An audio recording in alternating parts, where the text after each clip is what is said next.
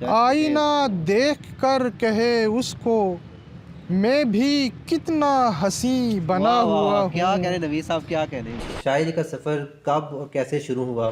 محبت کرنا لازمی ہے۔ دیکھیں، محبت لازمی ہے، وہ محبت اپنے دین سے محبت بھی ہو سکتی ہے، کسی لڑکی سے بھی ہو سکتی ہے۔ ادب کے اندر سنیں سب کی، کریں اپنی۔ جیسے ہر محلے کے اندر مسجدیں بہت ساری ہیں، نمازی تو ہے ہی نہیں۔ آنکھوں اور اب یہ کہہ زلفوں رہے والی عمر سے تو ہم گزر گئے ہیں۔ نہیں، ابھی بھی آپ ٹھیک ماشاء ہے، اللہ جوان ہیں۔ وہ اس سے غزل لے لیتا ہے اور جا کے اپنی کسی محبوبہ کو دے دیتا ہے، تم بھی شاعری کرو۔ اچھا ٹھیک ہے، یہ کام بھی ہو ٹھیک رہا ہے، ہے یہاں پہ۔ ہوتے ہیں ایسے اچھا ٹھیک ہے۔ لطائف بھی مشہور ہیں۔ اگر ایک فیملی کے سارے افراد بیٹھ کر جس شاعری کو سن نہیں سکتے۔ اچھا، مشاعرے کے بعد کس چیز کی زیادہ خوشی ہوتی ہے، داد ملنے کی یا لفافہ ملنے کی؟ اس کے علاوہ بھی اگر آپ چاہتے ہیں کوئی محبوبہ ساتھ ہو تو وہ بھی ہو سکتی ہے۔ نہیں، محبوبہ ساتھ ہو تو پھر تو شاعری نہیں ہوگی۔ شاعری نہیں ہوگی۔ بسم اللہ الرحمن الرحیم۔ السلام علیکم فرینڈز، میں ہوں سہیل احمد۔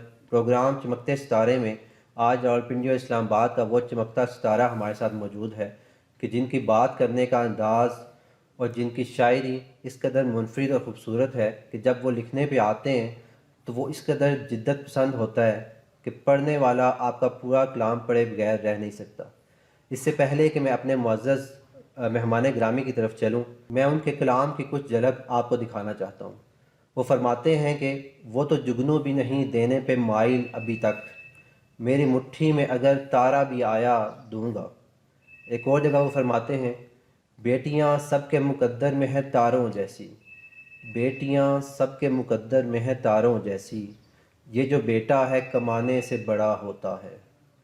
بات تو سچ ہے میں بیٹے کو بتاؤں کیسے، بات تو سچ ہے میں بیٹے کو بتاؤں کیسے، چودھری پنڈ کا تھانے سے بڑا ہوتا ہے۔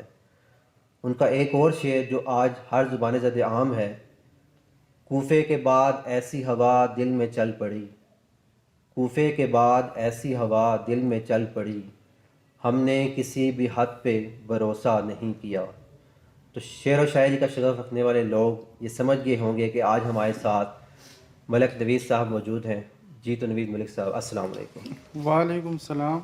کیا حال ہیں آپ کے؟ سہیل بھائی، الحمدللہ، خوشی ہوتی ہے آپ جیسے نوجوان جب ادب کی ترویج و ترقی کے لیے اپنا وقت نکالتے ہیں، قیمتی وقت، اور جو تخلیق کار ہے وہ ایک اہم معاشرے کا ایک حصہ ہوتا ہے، تو اس کی بات دوسروں تک پہنچانا یہ ایک بڑی خدمت ہے ہر حوالے سے۔ تو بڑا اچھا لگا آپ کے پروگرام میں آنے کا اور اپنی بات دوسروں تک پہنچانے کا، مجھے بھی ایک دفعہ پھر موقع ملا۔ بہت محبت آپ کی، اللہ بس یہ تعالیٰ تو آپ کی جزا دے۔ محبتیں۔ تو نوید بھائی، ہمارے ناظرین کو بتائیے کہ زندگی میں کیا کچھ کیا اور اس وقت شاعری کے علاوہ کیا کچھ مصروفیات ہیں آپ کی؟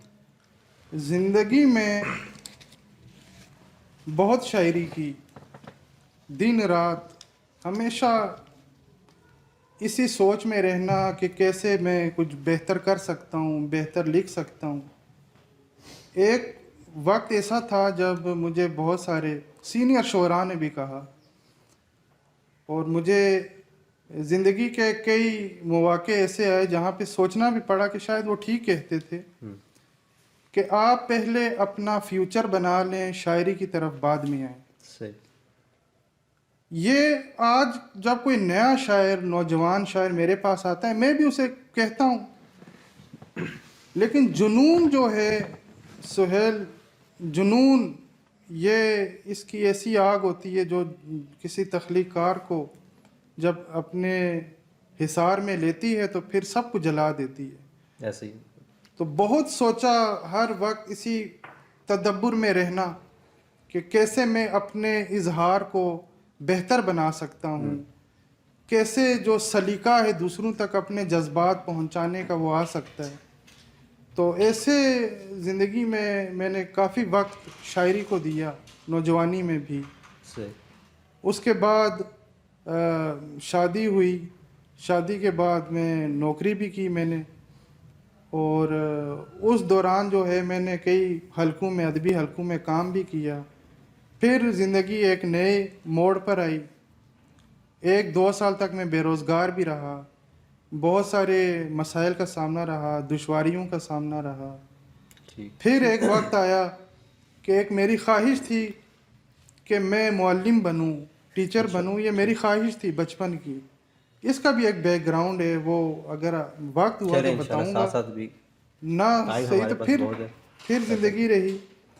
تو پھر اللہ تعالیٰ نے میری وہ خواہش بھی پوری کی. میری 2011 میں ایک سفر اندھیرے میں کتاب جب آئی تو اس کے ابتدائیہ میں نے اس بات کا ذکر کیا تھا کہ میری سب سے بڑی خواہش ہے کہ میں ایک ٹیچر بنوں.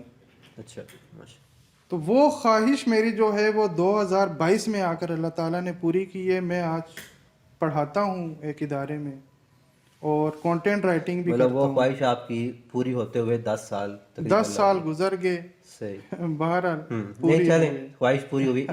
اس کا مطلب یہ ہے کہ آپ جو ایک خواہش رکھ لیتے ہیں وہ واقعی آپ کی خواہش ہوتی ہے. ادروائز ہوتا ہے کہ آج کل ہمارے اگر نوجوان دیکھیں تو ایک دن میں ایک خواہش ہے، دوسرے دن کوئی اور خواہش پنپ رہی ہے. لیکن آپ جو بات کر رہے ہیں کہ 2011 میں میری خواہش تھی اور اسی خواہش کو آپ آگے لے کے چلے 2022 تک، اگر وہی خواہش آپ کی رہی ہے تو اٹ مینس کہ آپ کے اندر وہ ایک لگن تھی اور آپ کے اندر جنون تھا. یہ میں آپ کی اس بات سے اتفاق کرتا ہوں کہ جو ذہن پختہ ہوتے ہیں نا ان کا کوئی ویژن ہوتا ہے. میں اس خواہش سے نکل کر بات کروں گا ویژن کی، کہ آپ کا جن لوگوں کی زندگی میں کوئی ویژن ہوتا ہے، یعنی مستقبل کی تصویر جن کے ذہن میں ہوتی ہے، وہ منصوبہ بندی بناتے ہیں اور پھر وہ جہد مسلسل کرتے رہتے ہیں ساری زندگی. ٹھیک. تو یہ واقعی میں نے کبھی اتنے غور سے کبھی نہیں سوچا جتنا آپ نے میری اس نہیں بات وہ کی آپ نے بھی طرف بات کی نا تو میرے توجہ مائنڈ میں دلائی آ گیا کہ 10 واقعی سال گزر گئے 10 سال میں آپ کی ایک اور خواہش تھی. الحمدللہ کہہ رہا ہوں کہ میری اللہ تعالیٰ نے یہ خواہش پوری کی. ایسا ہی ہے. چلیں یہ ہے کہ انٹرویو کے سے ہمیں اور بھی آپ کے بارے میں بہت کچھ جاننے کا موقع مل رہا ہے. تو نوید بھائی یہ شاعری کا سفر کب اور کیسے شروع ہوا اور اس طرف آپ کیوں راغب ہوئے؟ شاعری کا سفر قصدن تو میں نے بالکل شروع نہیں کیا. اچھا. میں جب میں ادبی حلقوں کی طرف آیا بہت سارے لوگوں کو میں نے دیکھا جو لکھتے افسانے تھے، صحیح. لیکن ان کو عروض سیکھنے کا شوق ہوا، شوق پیدا کیا اور پھر ان نے شاعری کی طرف اپنے ہاتھ بڑھائے. ٹھیک. کئی لوگ تھے جو مضامین لکھتے تھے، ڈرامہ نگار تھے، لیکن شاعری کی طرف آئے. تو ایسا بالکل نہیں تھا. میں تو یہ کہتا ہوں کہ اچھا جو تخلیقار ہے وہ یہ نہیں سوچتا، اس احساس کمتری میں نہیں ہوتا کہ میں صرف شاعری کروں. ٹھیک. صحیح. اصل میں بات یہ ہے کہ جو آج کل شاعروں کے پاس آگے نکلنے کا یا اپنی ذات کی تشہیر کا جو موقع ہے وہ انہیں ذرا جلدی مل جاتا ہے. ایسے ہی. ایک شعر لکھا، اسے ابھی تو ڈیزائننگ والی فیلڈ کافی ترقی کر گئی ہے. جب فیس بک شروع ہوئی تھی تو وہ ایک شعر لکھا اسی ٹائم شیئر کر دیا، وہ ہزاروں قارئین تک پہنچ جاتا ہے، ہزاروں میں سے 10 20 100 لوگوں کو پسند بھی آ جاتا ہے. اب یہ افسانہ نگار ہے یا ناول نگار ہے، اس کو زیادہ محنت کرنی پڑتی ہے. اور پھر دوسری طرف دیکھیں کتابیں پڑھنے کا رجحان بھی نہیں ہے. اب کون افسانے پڑھے، اب کون ناول پڑھے؟ پڑھنے والے موجود ہیں. ابھی کیونکہ میں خود ایک معلم ہوں، میں بچوں کو پڑھاتا ہوں، اردو پڑھاتا ہوں، تو مجھے نظر آتا ہے کہ ان بچوں میں اول تو پڑھنے کا شوق ہی نہیں ہے. ٹھیک. صحیح. حتیٰ کہ اردو پڑھنے کا شوق بھی نہیں ہے. بعض بچے تو وہ انگریزی، سائنس کے سبجیکٹس، میتھمیٹکس اس میں بہت اچھے ہیں، لیکن ان کے اندر اردو کا ذوق ہی نہیں ہے کہ میں یہ پڑھوں. ایک طرف ہم اسے کہتے ہیں قومی زبان، دوسری طرف ہمارا یہ المیہ ہے کہ قومی زبان سے بہت دور ہو گئی ہے نسل نو. تو بہرحال بات ہماری چل رہی تھی شاعری پر. کیسے سٹارٹ ہوا؟ تو میں نے قصدن تو شاعری بالکل نہیں کی، بلکہ میں اگر کہوں میں میٹرک لیول تک مجھے کہانیاں پڑھنے کا بہت شوق تھا. اچھا. میں کہانیاں پڑھتا بھی تھا اور لکھتا بھی تھا. اچھا ماشاء اللہ. میٹرک کے بعد جو ہے ایک دن بڑی عجیب سی کیفیت مجھ پر طاری ہوئی. یہی فروری اور مارچ کا مہینہ تھا. اچھا تو ایک بڑی خوبصورت خوشبودار ہوا چلتی ہے. ٹھیک. اور شاعر کے لیے تو یہ بہت ہی اچھا غنیمت چیز ہے. میں آپ کو بتا نہیں سکتا وہ کیفیت. وہ جب ہوا چلی اور میرا ذہن جیسے بڑا ایک خوشگوار تاثر اس کا میرے ذہن پر مرتب ہوا تو خود بخود کچھ مصرے میرے ذہن میں آنا شروع ہو گئے. میں نے نوٹس نہیں لیا, صحیح. لیکن پھر کچھ دنوں کے بعد دوبارہ یہی معاملہ میرے ساتھ پیش آیا. تو پھر میں نے کہا نہیں مجھے لکھنا چاہیے. میں تقریباً 5-6 سالوں تک میں نے شاعری لکھی, آمد ہوتی رہی, اچھا اور 9-10 رجسٹر, اتنے بڑے بڑے رجسٹر جس میں نے وہ شاعری جو آمد ہوئی اور میں نے لکھی. اچھا ٹھیک ہے. صحیح. لیکن اس دورانیے میں نہ کوئی گائیڈ لائن دینے والا ہے, نہ کوئی سننے والا ہے, نہ کوئی حوصلہ افزائی کرنے والا ہے. صحیح. اور ہمیں تو یہ بھی نہیں پتا تھا مجھے کہ بھائی شاعری بھی باقاعدہ ایک فن ہے. یہ جو ہمیں یہ لائنیں نظر آتی ہیں, بلکہ آج بھی دیکھیں کئی شعراء تو ان کے لیے کہا جاتا ہے کہ پہلا مصرع ایک مرلے کے اندر ہوتا ہے اور دوسرا 2 کنال پر ہوتا ہے. ایسے ہی. تو میری جو کاشتکاری ہے وہ بھی اسی طرح رہی اپنے خیالات کی صحیح. کہ ایک مصرع ایک مرلے کا ہے تو دوسرا مصرع 2 کنال پر مشتمل ہے. ٹھیک. تو بہرحال میں جب 2000 غالباً 5 کی بات ہے, اچھا میں نے حلقہ ارباب ذوق اسلام آباد انٹرنیٹ پر دیکھا. اچھا ٹھیک.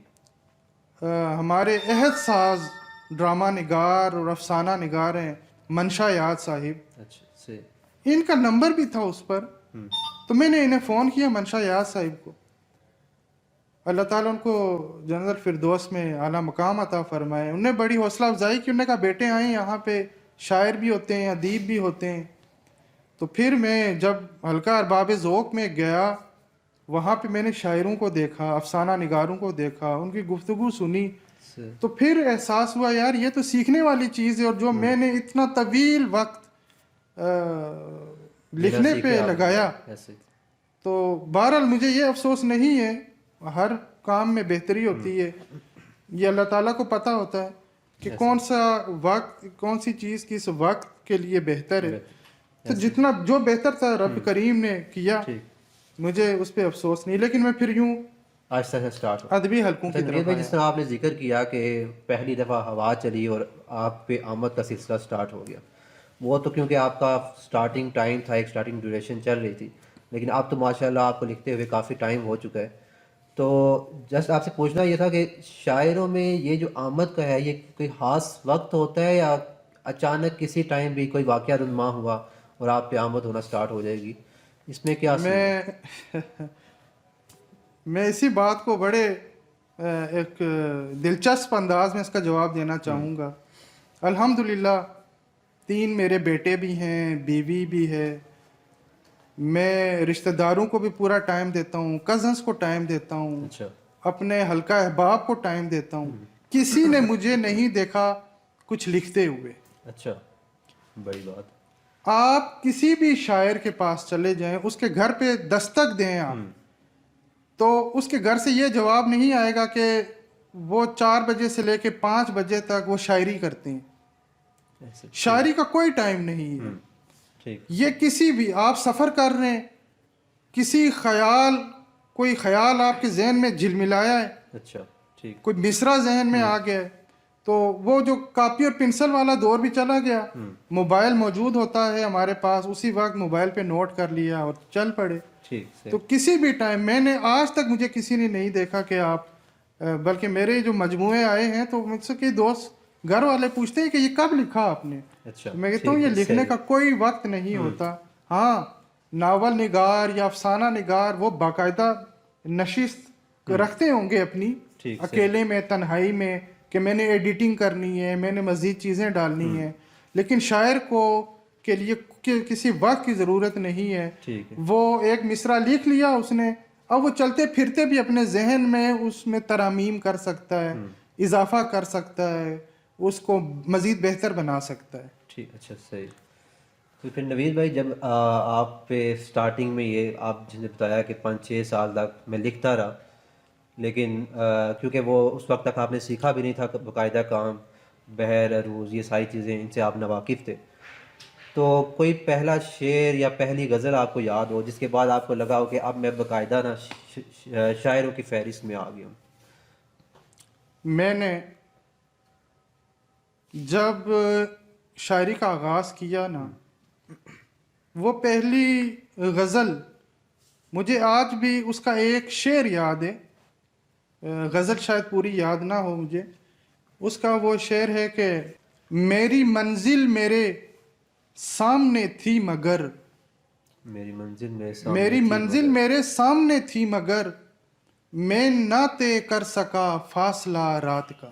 واہ کیا! تو یہ شعر جو ہے یہ اس غزل کے اندر تھا، اور مجھ سے میں نے جنہیں بھی سنایا شعراء کو، عام قارئین کو تو پتہ ہی نہیں ہے کہ فن یا مطلب صحیح۔ 4 فائل ان پہ یہ میں نے ٹھیک ہے۔ لکھی، تو ان نے بڑا اپریشیٹ کیا اس شعر پہ کہ آپ کے اندر جو ہے وہ شاعری کی صلاحیت موجود ہے ٹھیک، اور آپ بہت کچھ کر سکتے ہیں۔ اچھا، اچھا، آغاز میں تو ہر نیا شاعر یہ سمجھتا ہے کہ وہ دنیا کا سب سے بڑا شاعر ہے، ایسے ہی، لیکن جب وہ، کیونکہ اس نے شاعری کے میدان کی وسعتیں نہیں دیکھی ہیں، وہ اپنے گھر کے اندر ہے تو سمجھ رہا ہے کہ میں اسی گھر کا بادشاہ ہوں۔ جب وہ اس سمندر میں اترتا ہے پھر اسے پتہ چلتا ہے کہ وہ تو بھی بہت دور ہے۔ جتنا انسان مشق سخن کرتا ہے اس سفر میں آگے جاتا ہے، اس کی وسعتیں مزید اس کو نظر آنے لگتی ہیں۔ ٹھیک، میں آج بھی اپنے آپ کو نہیں سمجھتا باخدا کہ میں کوئی بہت بڑا شاعر ہوں۔ میں آج بھی اپنی ماضی کی چیزیں نکالوں، آج جو لکھ رہا ہوں وہ بھی نکالوں، تو مجھے بار بار ان میں ترامیم کی گنجائشیں نظر آتی ہیں، صرف اپنی شاعری میں نہیں بلکہ میں جس کی بھی شاعری پڑھتا ہوں، کسی بھی شاعر کی، وہ سینئر ہو یا جونیئر ہو، میں عموماً اجتناب بھی برتتا ہوں ایسے کاموں سے، لیکن اگر کوئی سینئر ہو جونیئر ہو مجھے اپنی غزل دے پہ ترامیم کریں تو میں اس کو ترامیم کر کے دکھاؤں گا کہ بھائی اس سے بہتر بھی ہو سکتی ہے، بعض اگر ناکامی بھی ہو سکتی ہے، بعض بذات خود مان سکتا ہوں کیونکہ میرے ساتھ یہ بہت ساری چیزیں پیش آئی ہیں اور آپ نے میرا بہت ساتھ دیا ہے، اور یہ میرے خیال میں بڑے شاعر کی ہی نشاندہی ہے کہ وہ اپنی ہی چیزوں میں بہت ساری غلطیاں نکالتا رہتا ہے۔ تو نوید بھائی پھر آپ کی فیملی کو یا آپ نے کب آس پاس کے لوگوں کو پتہ لگا ان کو کہ اب ہمارے خاندان میں بھی ایک شاعر پیدا ہو گیا؟ میرے ایک 2 کزنز جو تھے انہیں تو پتہ تھا کہ میں شاعری کرتا ہوں، اچھا، باقی کسی کو نہیں معلوم۔ تو جب پتہ لگا تو ان کا رسپانس کیسا تھا؟ جب علم ہوا تو الحمدللہ مجھے والدین کی طرف سے، بہنوں بھائیوں کزنز کی طرف سے بڑی حوصلہ افزائی اپنی پوری فیملی کی طرف سے ہوئی۔ اچھا، ماشاء اللہ۔ اچھا، ضروری نہیں ہے آپ شاعری کرتے ہیں، ماشاءاللہ آپ بھی اچھے شعر کہتے ہیں، بس کوشش کر رہے ہیں۔ تو آپ کے جتنے بھی خاندان والے ہیں ان کو شاعری کا ذوق ہو، ایسا ہی ٹھیک ہے۔ لازمی نہیں۔ میں شاعری کرتا ہوں، میری کئی کتابیں بھی آ چکی ہیں، لیکن بہت سارے میری فیملی کے لوگ ایسے ہیں جن کے سامنے کتاب رکھوں تو وہ شاید دیکھیں بھی نہ، ٹھیک، ایسے ہی، لیکن یہ اس کا تعلق آپ کے تخلیقی سفر سے نہیں ہے، ٹھیک، ان کا مزاج اپنا ہے، وہ ان کے مزاج پہ میں محفلوں میں عام طور پر بیٹھ کر میں نے آج تک، شاعروں کے لیے مشہور ہے بھائی کہ یہ مرنے سے پہلے بھی دیوان کھول کے ایک دفعہ کہتے ہیں کہ آپ میرا شعر سن لیں۔ ٹھیک، ایسا اب یہ کس حد تک بات سچی ہے میں اس پہ تو بحث نہیں کروں گا، لیکن آج تک میں نے کسی سے درخواست نہیں کی کہ میں کچھ سنانا چاہتا ہوں آپ سن لیں، اچھا، ٹھیک، کسی سے بھی نہیں۔ آج تک فیملی میں نے کوئی شعر کوئی غزل نہیں سنائی۔ بعض محفلوں میں جانا ہوتا ہے تو کوئی فرمائش ہو جائے تو میں اپنی غزل شاعری سنا لیتا ہوں، لیکن میں نے کبھی کسی کو زبردستی سے نہیں کہا کہ میرے شعر سن لیں جی، میں نے یہ دیکھیں میں نے کچھ لکھا ہوا ہے۔ ٹھیک، اچھا، ٹھیک۔ اچھا نوید بھائی، ہمیں پتہ لگا کہ آپ کا بچپن جو ہے وہ کچھ ٹائم جو ہے گلگت میں گزرا، تو گلگت سے پھر اسلام آباد کیوں آنا ہوا اور یہ سفر کیسا رہا؟ اور میرے خیال میں اگر آپ گلگت میں ہی رہتے تو وہاں کی جو انوائرمنٹ تھی، کیونکہ شاعر آئی تھنک رومانٹک بھی تھوڑا سا ہوتا ہے، تو وہاں پہ آپ کی شاعری کچھ اچھی نہیں ہو سکتی تھی؟ آپ نے گلگت کا ذکر کیا، میری خواہش ہے میں اپنی زندگی میں کچھ خود نوشت بھی لکھوں اپنے حالات زندگی پر. میں سمجھتا ہوں میرے والدین کا تعلق آزاد کشمیر سے تھا. میں گلگت میں پیدا ہوا، ابتدائی تعلیم گلگت سے حاصل کی، پھر یہاں خطہ پوٹوہار میں آئے. اچھا. میں نے کم وقت میں ذہنی سطح پر بہت طویل سفر کیا ہے. میں سمجھتا ہوں میں گلگت میں نہیں بلکہ میں گلگت کی ایک تہذیب میں میری جو ذہن کی پرورش ہوئی ہے وہ ایک گلگت کی تہذیب میں ہوئی ہے، پھر پوٹوہار کی تہذیب میں ہوئی ہے، اس کے بعد کشمیر کی تہذیب میں ہوئی ہے. تو آپ کی میں پیدائش بھی گلگت کی ہے؟ جی میری پیدائش بھی گلگت کی ہے اور ابتدائی تعلیم بھی میں نے گلگت سے حاصل کی. تو گلگت آپ کے پیرنٹس گئے تھے کس سلسلے میں؟ جی میرے والد وہاں پہ سرکاری ملازمت کر رہے تھے گلگت میں، اور 2008 میں وہاں سے ریٹائرڈ بھی ہوئے، اور ہم ذرا ان کی ریٹائرمنٹ سے پہلے یہاں اسلام آباد آ گئے. تو وہاں کا گلگت میں میرا وہاں بھی دیکھیں نا، تخلیقار جہاں بھی ہو، وہ گلگت میں ہو یا افریقہ میں ہو یا سعودی عرب میں ہو، اس کو وہ ماحول مل جاتا ہے جہاں پر اس نے اپنی صلاحیتوں کو پروان چڑھانا ہے.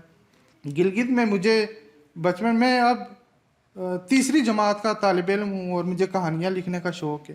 میں تیسری جماعت میں لکھتا تھا اور کہانیاں میں بھیجتا تھا جنگ اخبار میں. اس ٹائم جمعے کے دن بچوں کا صفحہ شائع ہوا کرتا تھا جنگ اخبار میں.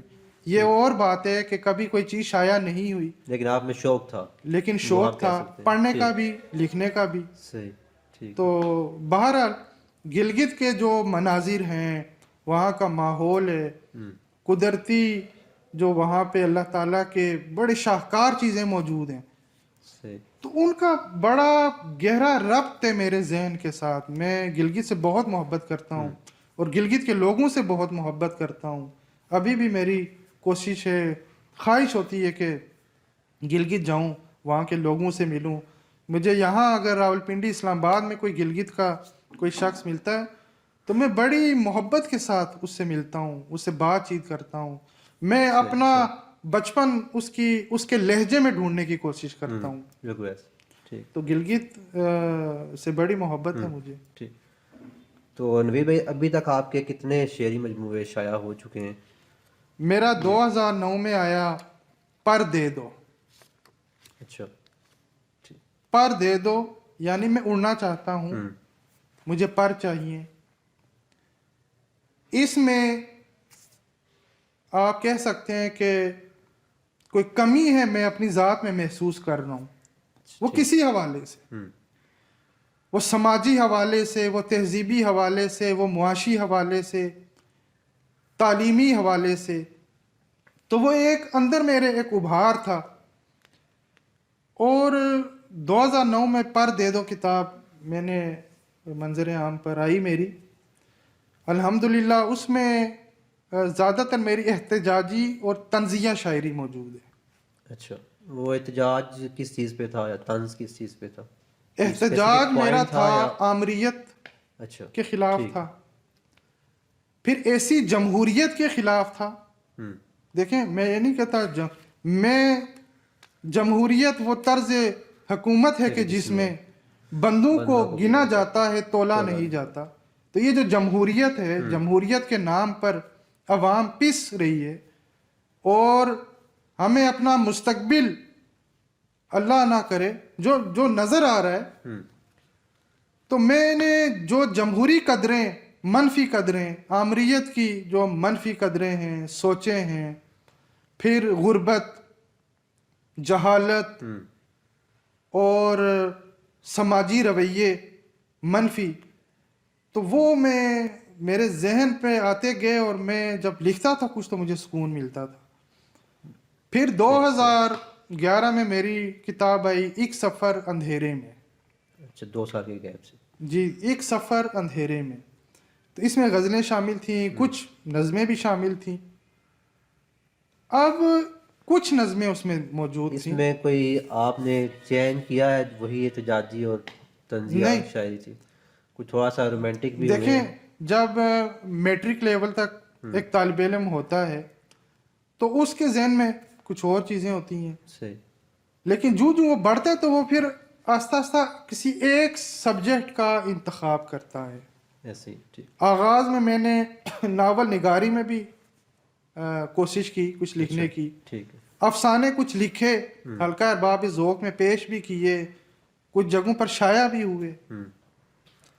پھر طنزیہ شاعری پر بھی میں نے قلم اٹھایا, اچھا. غزلوں پر اٹھایا, نظموں پر اٹھایا.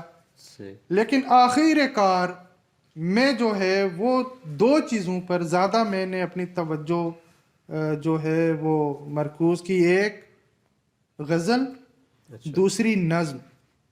صحیح. لیکن اب جا کر اتنا طویل سفر کے بعد مجھے پتا ہے ممکن ہے آپ پوچھیں کہ آغاز میں آپ نے کن حالات کا سامنا کیا. نیا شاعر جب نئی چیزیں لکھتا ہے تو اس کو بڑے منفی اور مثبت رویے دیکھنے کو ملتے ہیں. تو میں اپنی جو پر دے دو میں شاعری تھی نا, میں اس کو کہوں گا اصلاحی شاعری. اچھا. ٹھیک. دیکھیں میں یہ جو مزاحیہ شاعری ہو رہی ہے بیچ بیچ میں کچھ اچھی بھی ہو رہی ہے, صحیح. لیکن ہماری سماجی قدروں کو ایسی شاعری بہت نقصان پہنچا رہی ہے. ایسے ہی.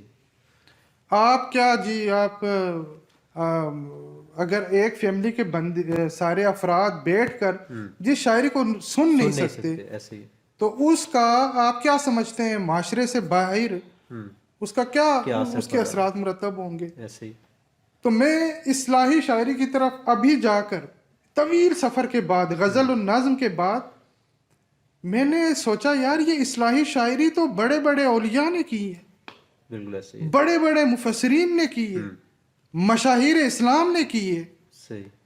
جس شاعری کو میں نے 2009 کے اندر میں نے کہا اس کو ریجیکٹ کرتا ہوں. اور ریجیکٹ کیوں کرتا ہوں کہ اس وقت کے جو میرے دوست تھے, میں ابھی بھی دوست کہوں گا, میں بالکل کسی پہ کچھ ایسا الزام تراشی کا میرا کوئی دل نہیں ہے, سب دوست ہیں.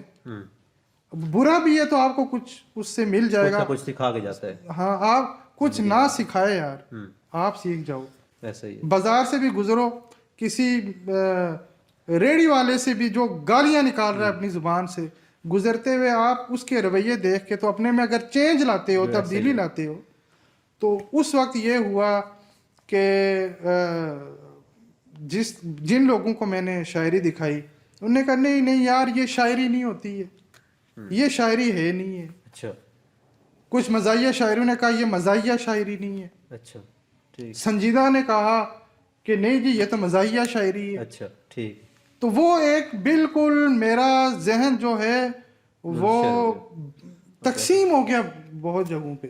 صحیح. لیکن طویل سفر کے بعد آج میں کہہ رہا ہوں کہ نہیں, اصلاحی شاعری کا اگر اللہ تعالیٰ نے آپ کو ایک اس کی صلاحیت دی ہے تو آپ اس صلاحیت سے کام لیں, کرنی چاہیے. بالکل ایسا ہی ہے. تو میں دوبارہ اصلاحی شاعری کی طرف آیا ہوں. میں نے کبھی موقع ملتا ہے تو میں ضرور دوستوں کے ساتھ شیئر کرتا ہوں, فیس بک میں بھی کرتا ہوں, بہت سارے لوگ پسند بھی کرتے ہیں. اچھا. ٹھیک ہے. وید بھائی ویسے کیونکہ میں بھی ناظرین کے بھی علم میں ہو, لیکن چلیں آپ سے ہی کچھ میں نے غزل لکھنا سیکھا. تو غزل تو خیر میں کچھ نہ کچھ لکھتا ہوں اور مجھے آئیڈیا ہے کہ وہ کتنا مشکل ہے کتنا آسان ہے. لیکن نظم میں نے یہی کہہ سکتے ہیں کہ جب میں یہ چیزیں نہیں سیکھا ہوا تھا کچھ تھوڑی بہت لکھی تھی, لیکن ابھی میں نے سنا ہے کہ غزل کی جگہ اگر آپ نظم لکھنا سٹارٹ کرتے ہیں تو نظم لکھنا تھوڑا سا مشکل ہوتا ہے. تو اگر ایک چھوٹی سی نظم لکھنا مشکل ہے غزل سے, تو آپ نے تو ایک پوری کتاب ہی نظم پہ لکھ ڈالی منقوش. تو یہ خیال آپ کے دماغ میں کیسے آیا اور اس میں کیا آپ نے لکھ ڈالا ایسا کہ پوری کی پوری بک ہی آپ نے بنا ڈالی؟ اچھا میں آپ کو ایک بات بتاؤں، ادب کے اندر سنیں سب کی، اچھا، کریں اپنی. کریں اپنی. یہ بات اول تو اگر ایک شاعر ہے، بعض شاعر صرف غزل لکھ رہے ہیں. ٹھیک ہے، صحیح. وہ کیوں لکھ رہے ہیں؟ کہ ان کو اظہار کا جو ہے وہ سلیقہ زیادہ غزل میں آیا. صحیح. بعض لوگ صرف نظم لکھ رہے ہیں، بعض دونوں کام کر رہے ہیں. اچھا، صحیح. ایسی. ٹھیک ہے. تو جس کی طبیعت کے اندر روانی ہے، کیفیات موجود ہیں، اس کے اندر کی ایک دنیا ہے، اس کے لیے نظمیں لکھنا بھی کوئی مشکل کام نہیں ہے. اچھا، ٹھیک. میں اگر مجھ سے آپ پوچھیں تو میں کہوں گا کہ نظم زیادہ آسان ہے لکھنا. اچھا، ٹھیک. کیونکہ اس میں قافیہ ردیف کی پابندی نہیں ہے، آزاد نظم ہے. ہاں بالکل، آپ ٹھیک ہے. اور آپ جس موضوع کو غزل میں نہیں سمیٹ سکتے آپ اس کو نظم میں سمیٹیں گے. طویل نظم منکوش میری 2019 میں آئی، اور میں اس نظم کو جب میں ترتیب دے رہا تھا، یہ تو ابھی میرے خیال میں کوئی 40-44 صفحات پر مشتمل ہے. اچھا. یہ کوئی 80 صفحات پر یہ نظم پھیلی ہوئی تھی. صحیح. میں نے ترامیم کی، بہت ساری چیزیں نکالی. اس کی وجہ یہ تھی کہ اتنی بھی طویل نہ ہو جائے کہ پڑھنے والا وہ چھوڑ دے. ایسے ہی. دیکھیں ناول سے داستان سے ناول آیا، ناول سے افسانہ آیا. تو ٹھیک ہے. میں بڑی 1 مہینے تک 1-2 مہینے تک میں بڑی عجیب سی کیفیات میں رہا. اچھا. یقین کریں میں بعض اوقات ایسا بھی مجھے پتہ ہی نہیں ہوتا تھا میں نے کھانا بھی کھایا ہے یا نہیں کھایا. میری جذباتی وابستگی اس نظم کے ساتھ بہت گہری ہے. بالکل ایسی ہے. واقعی آپ نے محنت بہت زیادہ کی ہوگی، اس میں نظر بھی آ رہی ہے. وہ اس لیے کہ دیکھیں شاعری جو ہو رہی ہے اس پر بھی ہم بات کریں گے. تو کیا ہم اپنے سماج پر، اپنی تہذیب پر اس پر بات نہ کریں، قلم نہ اٹھائیں؟ ٹھیک. تو وہ بس اسی حوالے سے میں نے وہ نظم لکھی ہے. اچھا. اب پڑھنے والے وہ اس میں سے کیا نکالتے ہیں، مستقبل میں ریسرچرز اس میں سے کیا نکالیں گے، تو یہ اب ان کا کام ہے. تخلیقار تو تخلیق دے سکتا ہے نا. ایسے ہی. ٹھیک. بھائی آپ کی ابھی نئی آنے والی کتاب تابدان میں آپ نے ایک شعر لکھا، غزلیں مشاعروں میں پڑھو تم خرید کر، لیکن یہ فن کسی کو سکھانا پڑا تو پھر. یہ کسی اسپیسیفک شاعروں کو آپ نے پوائنٹ آؤٹ کیا تھا یا جسٹ یہ امیجنری سچویشن تھی؟ اچھا میں نے کوشش کی اس میں طنز بھی پیدا کروں، مزاح بھی پیدا کروں. ٹھیک. ایسے واقعات عموماً ہوتے بھی رہے ہیں. اچھا ہوتے. ٹھیک ہے. کہ ایک شاعر نہیں بلکہ جو خود ابھی لکھ نہیں سکتا اور مشہور ہے وہ شاعر کے نام سے. ٹھیک. تو وہ فرمائش کر دیتا ہے کسی بڑے شاعر کو یا جو لکھ رہا ہے شاعر کہ مجھے ایک غزل چاہیے. اب وہ اس سے غزل لے لیتا ہے اور جا کے اپنی کسی محبوبہ کو دے دیتا ہے تم بھی شاعری کرو. اچھا ٹھیک ہے. یہ کام بھی ٹھیک ہے. ہوتے ہیں ایسے لطائف بھی مشہور ہیں. صحیح. کچھ تو میں نے اپنی گناہگار آنکھوں سے بھی دیکھے ہوئے ہیں. صحیح. میں نشاندہی بالکل نہیں کرتا. جو جدھر ہے بھائی بس سیدھا ہو جائے. میں کہتا ہوں آپ لوگ ٹھیک ہو جائیں. مطلب آپ نے یہ دیکھا ہے یہ امیجنری سچویشن نہیں تھی. تو غزلیں مشاعروں میں پڑھو تم خرید کر، لیکن یہ فن کسی کو سکھانا پڑا تو پھر. کہ کوئی مجھ جیسا طالب علم آپ کے پاس آ گیا، استاد جی آپ تو بڑے شاعر ہیں، ایسے ہی دوسروں کو اصلاح بھی کر کے دیتے ہیں، تو یہ مجھے بھی کچھ سکھائیں. تو اس کا تو سارا حقیقت سامنے آ جانی ہے. جو خود نہیں لکھتا بلکہ دوسروں سے لے کے اپنے محبوب شاعرہ کو دے رہا ہے. ٹھیک ہے. تو اچھا ایک تو یہ اس کا ہے. دوسرا مقصد جو اس کا وسیع پیرائے میں اگر ہم اس کا مفہوم دیکھیں تو ہمارے ادب کے اندر آلودگی بہت ہے، اچھا ٹھیک. چربہ سازی ہے. ٹھیک ہے، آپ ایک چیز لکھ رہے ہیں، بعض تو اچھا بعض لوگ بے وزن لکھنے والے لوگوں کے خیالات بھی چوری کر لیتے ہیں. اچھا ٹھیک ہے. انہیں پتہ ہے یہ بے وزن لکھ رہا ہے. ٹھیک ہے، تو کیونکہ لیکن اس اس کو کا تو خیال فن کوئی پتہ ایسا ہے جو خیال ہے، کلک کر اٹھا سکتا ہے. لیا اور ٹھیک حضرت نے وزن میں لکھ کے تو ہاں خود فیمس ہو گیا. خود مشہور ہو گئے. یہ کام مطلب آلودہ جو آلودگیاں موجود ہیں صحیح. ادبی دنیا میں نے کوشش کی ہے کہ اس شعر کے ذریعے وہ لوگوں تک میں ان چیزوں کو دکھاؤں.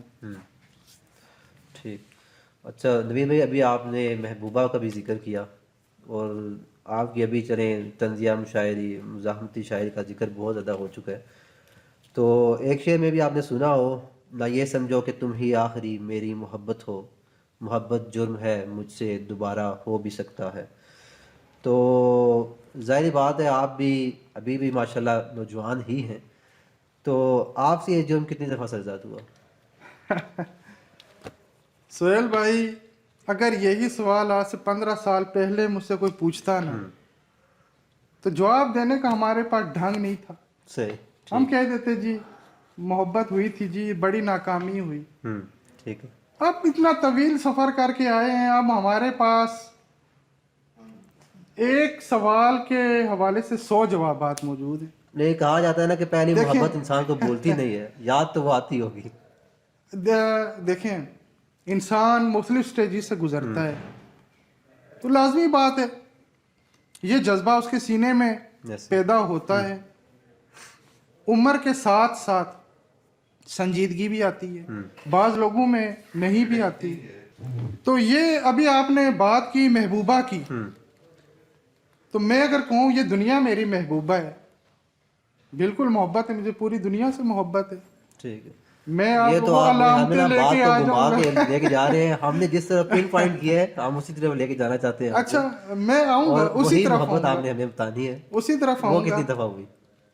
دیکھیں محبتیں تو میں کہتا ہوں مجھے ہر موڑ پہ محبت ہو جاتی ہے. اچھا. اب محبت کے لیے مجھے ہر انسان سے محبت ہے. اچھا. تو ہم جو ہے محبتوں کا ذکر ہے تو محبت دیکھیں محبت میں ایک چیز ہے، میں محبت اس کو سمجھتا ہوں جو آپ کے سوچ میں مثبت تبدیلی لے کر آتی ہے. ٹھیک ہے. ٹھیک ہے.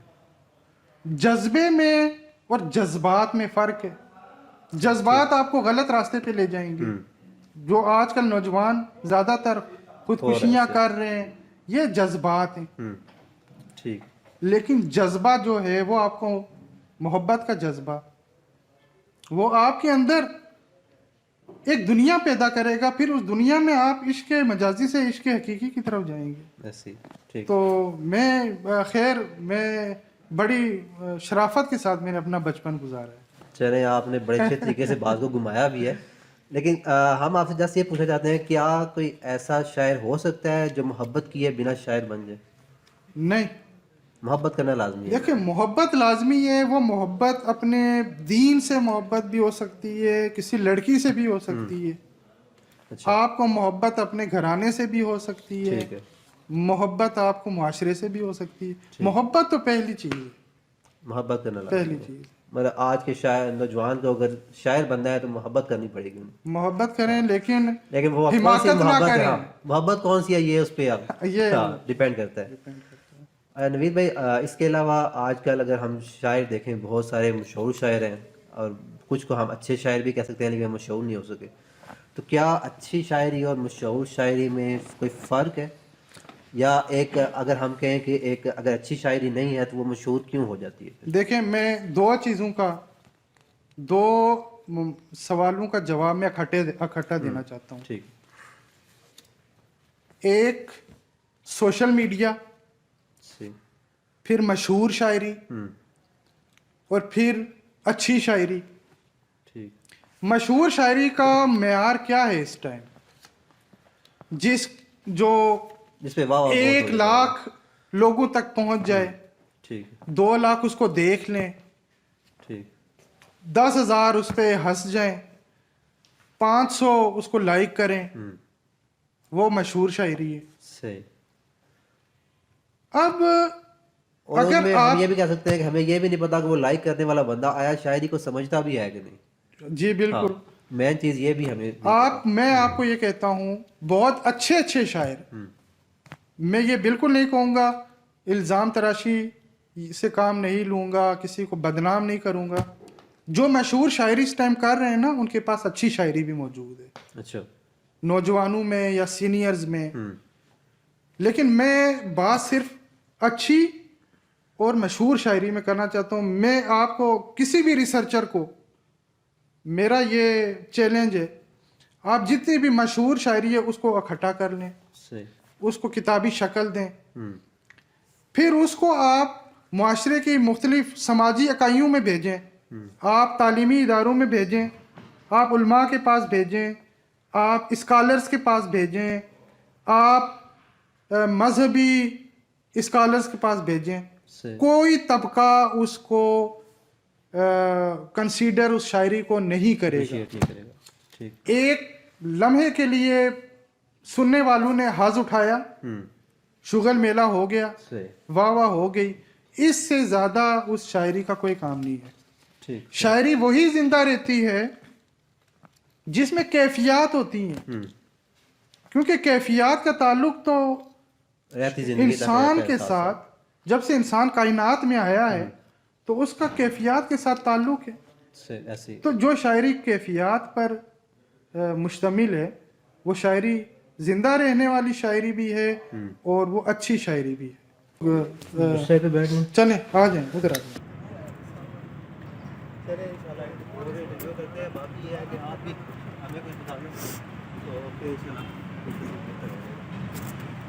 یہ جی ہم باہر آ گئے, تو باہر کا موسم تھوڑا سا اچھا تھا, تو ہم نے سوچا کیوں نہ باہر تھوڑا سا انٹرویو کر لیا جائے. ابھی باہر بیٹھتے ہیں جیت ملک صاحب کے ساتھ, اس کے بعد انشاءاللہ انہیں چائے شائے بھی پلاتے ہیں. آپ لوگ بھی سوچ رہے ہوں کہ کیسا انٹرویو ہے, بغیر چائے کے بغیر بسکٹ کے, لیکن چلے. اچھا جی, اب ہم باہر آ چکے ہیں, تو جہاں سے انٹرویو ہم لوگوں نے وہاں سے چھوڑا تھا, ہم وہاں سے اسٹارٹ کرتے ہیں. تو امید بھائی بات ہو رہی تھی یہاں پہ اچھی شاعری کی اور مشہور شاعری کی. تو ابھی اگر دیکھا جائے تو ہم اصلوں میں آپ کن لوگوں کو اچھا شاعر سمجھتے ہیں؟ دیکھیے سینئرز کی اگر بات کریں نا, تو میں ظفر اقبال صاحب ہیں جو ہمارے عہد کے بہت بڑے شاعر ہیں, ان کی شاعری سے بہت کچھ سیکھا پڑھ کے. جلیل علی صاحب ہیں, آپ کی قربت بھی نصیب ہوئی, آپ کی گفتگو بھی سننے کا موقع ملا, تنقیدی اجلاس میں حلقہ ارباب ذوق کے, آپ کو پڑھنے کا بھی موقع ملا. تو یہ ایسے شعراء ہیں جنہیں پڑھنے کے بعد جو ہے وہ ذہن میں نئے تجربات کرنے کا جو ہے وہ خیال آتا ہے, ایک اچھے اور خوبصورت خوشگوار تخلیقی تجربات سے گزرنے کے مواقع ملتے ہیں.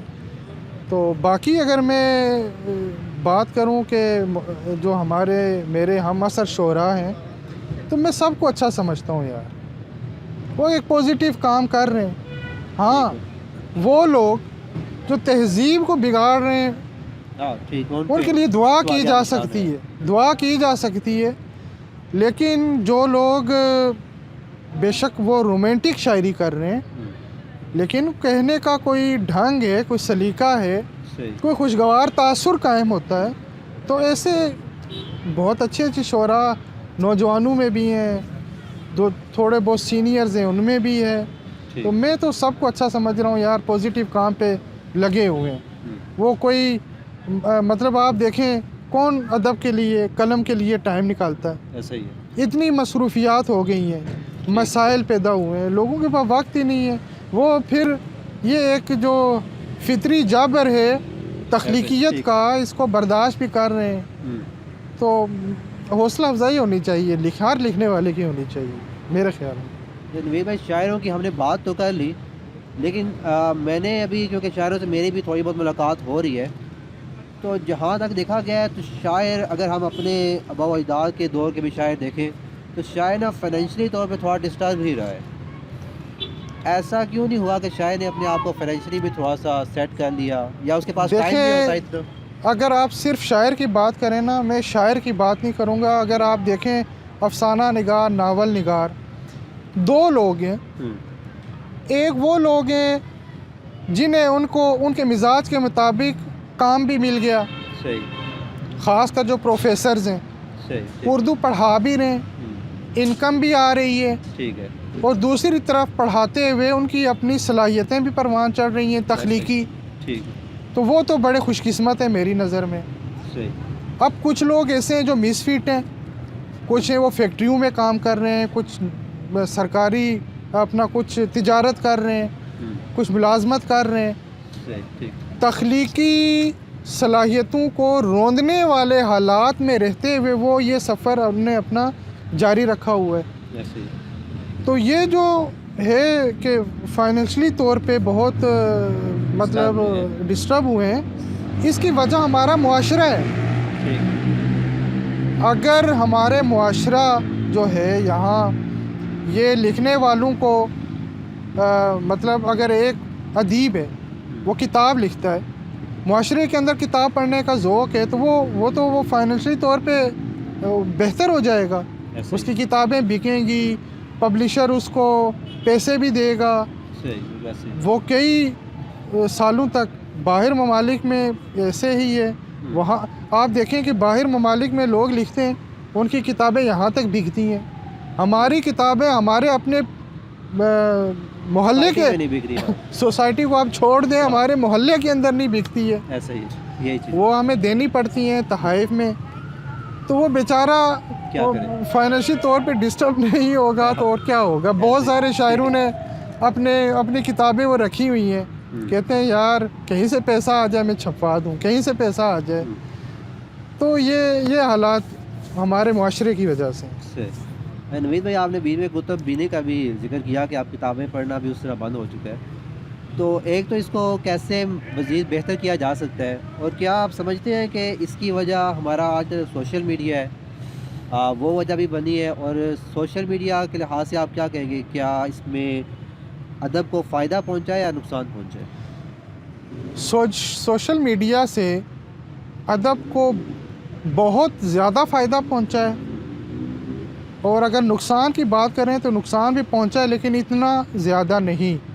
ٹھیک ہے، اگر سوشل میڈیا کا نقصان ہوا ہے تو وہ تخلیقی رویوں پر ہوا ہے، تخلیقی رجحانات پر ہوا ہے. ابھی ہم بات کر رہے تھے مشہور شاعری میں اور اچھی شاعری میں. بہت آپ نے بھی دیکھے ہوں گے، ادبی حلقوں میں آنا جانا ہے آپ کا. ہم چاہتے ہیں کہ ہم بات کریں تو آگے بیٹھے ہوئے جو 2000-4000 لوگ ہیں بس وہ کھڑے ہو جائیں ایک دفعہ، ایسے ہی، اور یہ نہیں دیکھنا کہ وہ شاعر جو ہے اس کا شعر کس معیار کا ہے، وہ کہ اخلاقی گراوٹ کا شکار تو نہیں، یا وہ بالکل ایک تھرڈ کلاس سا خیال لے کر اس نے دوسروں کو حظ پہنچانے کے لیے قلم کا استعمال کیا ہے، اپنی صلاحیت کا استعمال کیا ہے. تو یہ چیز جو ہے نئے لکھنے والوں پر اس کے بڑے برے اثرات مرتب ہو رہے ہیں. نئے لکھنے والوں پر نیا لکھنا والا بھی اب سنجیدہ نہیں ہے. وہ چاہتا ہے کہ بس میں نے ابھی شاعری شروع کی ہے تو مہینے کے بعد جو ہے وہ مجھے مشاعروں میں بلائیں. ایسے مشاعرے جہاں 500 روپے کا ٹکٹ بھی لیا جائے اور لوگ بھی 5-10 ہزار بیٹھے ہوں، ٹھیک ہے، نعرے بھی لڑکے اس کے لگا رہے ہوں.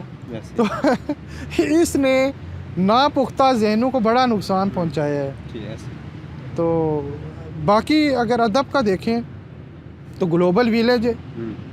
پہلے لوگ سمجھتے تھے کہ وہ بہت بڑے تخلیقار ہیں، کیونکہ سوشل میڈیا نہیں تھا. پنڈی والوں کو یہ نہیں پتہ کراچی میں کون لکھ رہا ہے، بھارت میں کون لکھ رہا ہے، سعودی عرب میں کون لکھ رہا ہے. تو اب تو آپ کو ہر ملک کا تخلیقار، ہر شہر کا، ہر گاؤں کا دیکھیں نا. سوشل میڈیا آیا تو کتنی اچھی شاعرات بھی سامنے آئیں، شاعر بھی آئے، اچھا لکھنے والے سامنے آئے. تو سوشل میڈیا کی وجہ سے جو ہے وہ میں سمجھتا ہوں فائدے بہت پہنچے ہیں سوشل میڈیا سے. اس کے علاوہ نوید بھائی اگر دیکھا جائے تو آج کل ادبی تنظیمیں بہت زیادہ کام کر رہی ہیں، تو لیکن ان کے باوجود بھی یہ ساری چیزیں نا کہ آپ کا جو ادب ہے اس طرح فروغ نہیں ہو پا رہا، تو یہ اس کی کیا وجہ ہے؟ بڑا اچھا آپ نے سوال پوچھا. ادبی تنظیمیں جیسے ہر محلے کے اندر مسجدیں بہت ساری ہیں، نمازی تو ہے ہی نہیں. ایسے ہی ٹھیک ہے، آپ جگہ جگہ دیکھ لیں مسجدیں نظر آئیں گی، نمازی آپ کو نظر نہیں آئیں گے. ادبی تنظیمیں کام کر رہی ہیں کس کے لیے؟ ادب کی ترویج و ترقی کے لیے. پالیسی بدلائیں بھائی. ٹھیک ہے، ٹائم چینج ہو چکا ہے. ادبی تنظیمیں زیادہ تر تو یہی لگی ہوئی ہیں کہ ہم نے ایک جگہ بیٹھنا ہے، مشاعرہ کرنا ہے، پھر وائرل کرنی ہے اپنی ویڈیوز. ٹھیک ہے، ادب کی ترویج و ترقی کرنی ہے تو آپ سوچ بدلیں عوام کی، نئی نسل کی، تو ادب تو تب ترقی کرے گا. آپ کو چاہیے آپ تنظیمیں جو ہیں وہ تعلیمی اداروں کی طرف جائیں، اساتذہ سے ملیں، اساتذہ کی ذرا ذہنی تربیت کریں، پھر طلباء کی کریں. وہ جب نئی نسل ادب کا ذوق ان کے اندر پیدا ہوگا، وہ جو معاشرے میں جائیں گے تو ادب ترقی کرے گا. ایسے ہی اس طرح تو ادب ترقی نہیں کرنا جس طرح یہ ادبی تنظیمیں ابھی ہو رہا ہے کہ ہم نے ویڈیو بنانی ہے، 5 شاعروں کی نشست ہوگی، ویڈیوز ہم نے بس چڑھا دینی ہے، فوٹو بنوانے ہیں، مائک لے کے تصویر کھنچوا دینی ہے، تو ہم کہیں ہم ادب کی ترویج و ترقی کر رہے ہیں. پالیسی بدلنے کی ضرورت ہے. اور پالیسی کون بدلے گا؟ پالیسی وہ بدلے گا کہ جس کے یہاں پر سوچنے کی اللہ نے صلاحیت پیدا کی ہے، جو گھر سے آیا ہی ہے بیچارہ مشہور ہونے کے لیے، اور آ کے تو اس نے وہ ایسے ایسے کام شروع کر دیے ہیں کہ بس معافی مانگی جا سکتی ہے اللہ سے. ایسے ہی. تو وہ ادب کی ترویج و ترقی نہیں ہوگی ایسے. تو نوید بھائی آپ تھوڑا سا کنکلوژن کی طرف چلتے ہیں. یہ چھوٹا سا ایک آپ کے چوز دا بیسٹ آنسر، یا چوز دا بیسٹ آنسر تو نہیں کہہ سکتے، بس آپ کی خواہشات کے مطابق کچھ آپشن آپ کو دی جائیں گی، ان میں سے آپ نے ایک آج چوز کرنی ہے. ٹھیک ہے. آپ کیونکہ شعر و شاعری کرتے ہیں تو کس چیز کو دیکھ کے آپ نا سمجھتے ہیں کہ مجھے آمد زیادہ ہوتی ہے؟ کسی کی خوبصورت آنکھیں دیکھ کے، کسی کی زلفیں دیکھ کے کہہ سکتے ہیں، یا معاشرے کی خود غرضی، یا غربت کا عالم دیکھ کے؟ اچھا، صرف انہی تینوں میں سے سلیکٹ کرنا ہے ایک؟ ان میں سے آپ کوشش نہیں، اگر پابندی ہے تو میں پابندی کا خیال رکھوں گا. آپ ایسا کریں، آپ پہلے ان میں سے بھی جواب دے دیں اور پھر اپنی مرضی کا بھی جواب دے دیں. آنکھوں اور زلفوں والی عمر سے تو ہم گزر گئے. نہیں، ابھی بھی آپ ماشاءاللہ جوان ہیں. تو میں تو کہوں گا معاشرے کی خود غرضی. اچھا، ہاں ٹھیک، صحیح. اچھا، اس کے علاوہ دوسرا جو ہے یہ کہ اگر اپنی مرضی سے دنیا میں آنے کی آپشن ہوتی ہے آپ کے پاس، تو آپ کس کے دور میں آتے؟ علامہ اقبال، فیض احمد فیض، یا پھر یہ جو دور چل رہا ہے نوید ملک کا دور ہی، اسی دور میں آپ آنا پسند کرتے ہیں؟ بڑے نام آپ نے لیے، لیکن میرے خیال میں جس دور میں انسان آیا ہے نا، وہی اسی کے لیے بیسٹ دور ہے. میں جس دور میں آیا ہوں الحمدللہ میں اسی میں آنا چاہیے تھا مجھے. اچھا، مطلب آپ اپنے یہاں پہ ارد گرد کے جو سسٹم چل رہا ہے اس سے خوش ہیں؟ اور میں نہیں خوش تو نہیں کہہ سکتے، لیکن جس سسٹم کے اندر موجود ہے نا، تو مجھے دیکھیں اللہ تعالیٰ نے انسان کو مقصد کسی مقصد سے پیدا کیا، زندگی کا بھی ایک مقصد ہے. تو میں اگر اس دور میں آیا ہوں تو میں ایک مقصد لے کر آیا ہوں. میں تو اس پہ میں اپنے اسٹوڈنٹس کو اور بہت سارے لوگوں کو کہتا ہوں کہ آپ اپنی ذات کے اندر دریافت کریں وہ مقصد جو آپ کو نظر آتا ہے اپنی ذات کے اندر معاشرے کو دیکھ کر. ٹھیک ہے، یہ رجحان تو بہت کم ہے، لوگ سوچتے ہی نہیں ہیں. سوچنا چاہیے کہ میں اس دور میں ہوں، اللہ نے مجھے اس دور میں بھیجا ہے، اللہ نے مجھے ذہن دیا، عقل دیا، شعور دیا، تو وہ مقصد کیا ہے؟ اس مقصد کی تلاش میں جو کامیاب ہو گیا وہ کامیاب انسان ہے. شاعری کرتے ہوئے کیا پسند ہے؟ ساتھ کیا ہو، چائے ہو، قہوہ ہو، یا کوئی مشروب؟ چائے بہتر ہے. چائے بہتر ہے. چائے بہتر ہے. اس کے علاوہ بھی اگر آپ چاہتے ہیں کوئی محبوبہ ساتھ ہو تو وہ بھی ہو سکتی ہے. نہیں محبوبہ ساتھ ہو تو پھر تو شاعری ہوگی. شاعری نہیں ہوگی. ٹھیک. اچھا مشاعرے کے بعد کس چیز کی زیادہ خوشی ہوتی ہے, داد ملنے کی یا لفافہ ملنے کی؟ داد ملنے کی تو اس کا میں سمجھتا ہوں اس سے بڑا کوئی انعام نہیں ہے ایک اچھے تخلیقار کے لیے. لیکن اگر یہ سوال آپ کسی اور سے پوچھتے نا دوسری طرف بھی دیکھا جا سکتا ہے. دوسری طرف بھی دیکھا جا سکتا ہے کیونکہ وہ بھی ایک لازمی عنصر ہے شاعر کے لیے. شاعری کے لیے بہترین وقت آپ کی نظر میں چڑھتا سورج یا ڈوبتا سورج؟ واہ بہت اچھا سوال کیا ہے آپ نے. میں سمجھتا ہوں شاعری کے لیے ڈوبتا ہوا سورج بہترین وقت ہے, کیونکہ ڈوبتا ہوا سورج جو ہے نا وہ کئی پیغامات, کئی مناظر, کئی کیفیات, کئی حالات وہ سمیٹ کے تو ڈوب رہا ہوتا ہے. تو شاعری میں بھی گہرائی تب پیدا ہوتی ہے جب ان تمام مراحل سے گزر کے شاعر لکھتا ہے. تو میں ڈوبتا سورج ضرور ڈوبتا سورج کہوں گا. اس کے علاوہ آپ کے خیال میں متاثر کن شاعری یا ایک اچھی شاعری ہم کہہ سکیں وہ انسان کس ٹائم لکھ سکتا ہے؟ جب وہ بھوکا ہو, غربت کا مارا ہوا ہو, یا پھر شکم سیر ہو, پیٹ بھرا ہوا ہو؟ اچھی اور سچی شاعری بھوکے پیٹ ہی ہو سکتی ہے. اچھا ہاں جی سچی شاعری. اس کا مطلب یہ ہے کہ شاعر فائنینشلی طور پہ جو ڈسٹرب رہتا ہے وہ کسی لحاظ سے پازیٹیو پوائنٹ بھی ہے. دیکھیں جی پیٹ بھر کے کھانا تو ویسے بھی آپ کو پتہ ہے صحت کے لیے اچھا نہیں ہے, نیند آ جاتی ہے, اور جب انسان سکون میں ہوتا ہے نا تو وہ پھر ذرا مزاج اس کا کچھ اور ہوتا ہے. لیکن اب میں بھوک کو ایک علامت کے طور پہ اگر لیں, بھوک پر تو بڑے بڑے افسانہ نگاروں نے افسانے لکھے, شاعروں نے شاعری, نظم نگاروں نے نظمیں لکھی ہیں بھوک پر. تو بھوک اگر علامت کے طور پر لیں تو یہ بہت گہرے مفاہیم اس سے نکلتے ہیں بھوک سے. بہرحال بھوک میں سمجھتا ہوں بہتر ہے. چلیں نوید بھائی آپ کا بہت بہت شکریہ. آخر میں جسٹ کیونکہ آپ آئے ہیں تو آپ کا کلام سنے بغیر تو ہم آپ کو اجازت نہیں دیں گے. کوئی اپنی پسندیدہ غزل اگر آپ سنانا چاہیں تو؟ جی ضرور, میں ابھی غزل سناتا ہوں آپ کو.